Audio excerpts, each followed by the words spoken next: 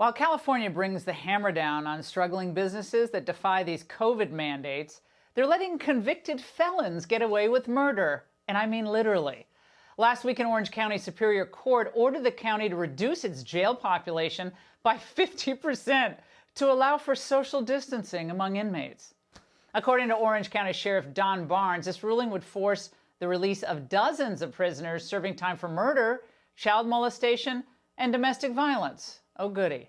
Sheriff Barnes joins me now. Sheriff, do you intend to comply with this order? I do not intend to comply with the order. We're going to appeal the order to the California Appellate Court. I think the order is very overreaching in its how broad it is. And in essence, we don't really have low-level offenders remaining in Orange County Jail. We've already released all of them. So these are very serious offenders that we're looking at being ordered to release. The recidivism rate among Orange County inmates released early due to the pandemic is up 44% for those inmates. So, Sheriff, it's clear this is a serious public threat, as if Californians don't have enough to deal with.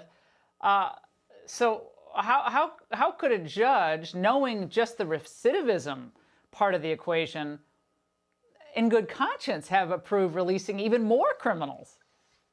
Well, and those are the low-level offenders that we've been releasing that are reoffending. So you can imagine what it would be like with much more serious offenders.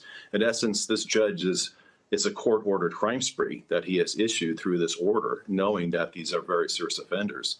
97 of the medically vulnerable are in for murder or attempted murder, 94 for child molestation, and that's not including the rest of the population that we'd have to consider for release. So it's a significant threat. Sheriff, I can't remember now what your rules are there, so forgive me, but how many of the people in jail, if you know, are in the country undocumented in your jail right now?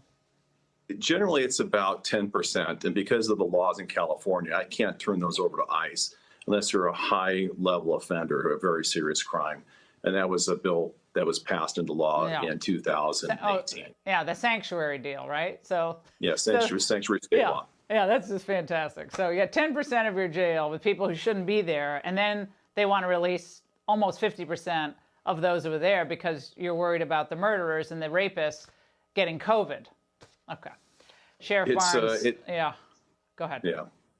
It's just a very, I don't think it takes into consideration the threat to the public. Obviously, COVID is a threat to everybody, and we've had that issue in our jail. We mitigated it down to zero before. We'll do that again. But to think that you have to totally neglect the risk to the community, I think is quite an absurd order. I'm surprised the ACLU isn't saying that all the inmates should get the COVID virus before law-abiding Americans. That'll be next. Sheriff, thank you so much.